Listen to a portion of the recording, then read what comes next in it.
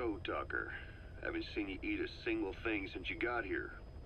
Let me guess. Photosynthesis? Oh? What makes you say that? Well, a long time ago, I knew someone with a similar ability. Well, you are correct. Most of my body is covered with parasites. I supply them with water, and in return, I receive sugars they produce when exposed to light. It isn't just my skin either. The parasites also act as my eyes. They have replaced many of my internal organs as well. It is thanks to them that I live on after over a century. How did you obtain them anyway? Through your research? I would like to say as much, but there is more to it than that. Let me take you back 20 years. I had hit a dead end with my parasite research. Then I was approached by a foundation. They said they had a sample of an unusual strain of parasite. Which foundation? Apparently, they had links to ARPA.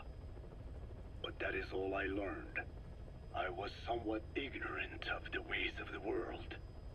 Just being able to study it was enough for me.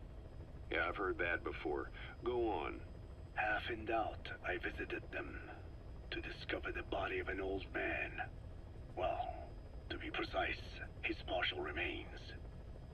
A collection of parts, you could say. The man had died in an explosion.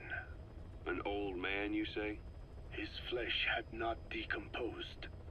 In fact, the tissue's cells were still metabolizing. The parasite had infected, or should I say assimilated with, the tissues, and was keeping them alive.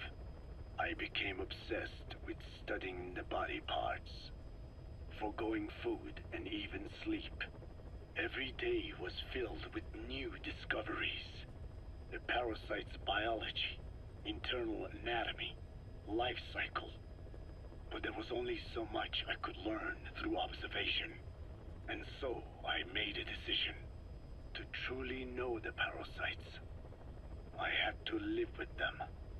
So, you implanted them inside you from the dead man's flesh? Correct. It was quite a gamble, whether or not they would adapt to me.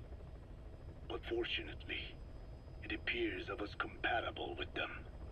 Or perhaps, through my many years of research, my immune system learned to tolerate them.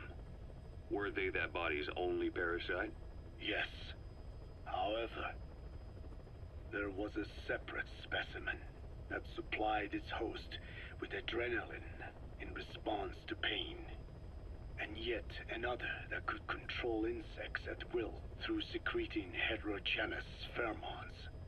I wanted exposure to them, to take them into me, but my wishes were denied. Their records, though, provided clues that helped advance my research.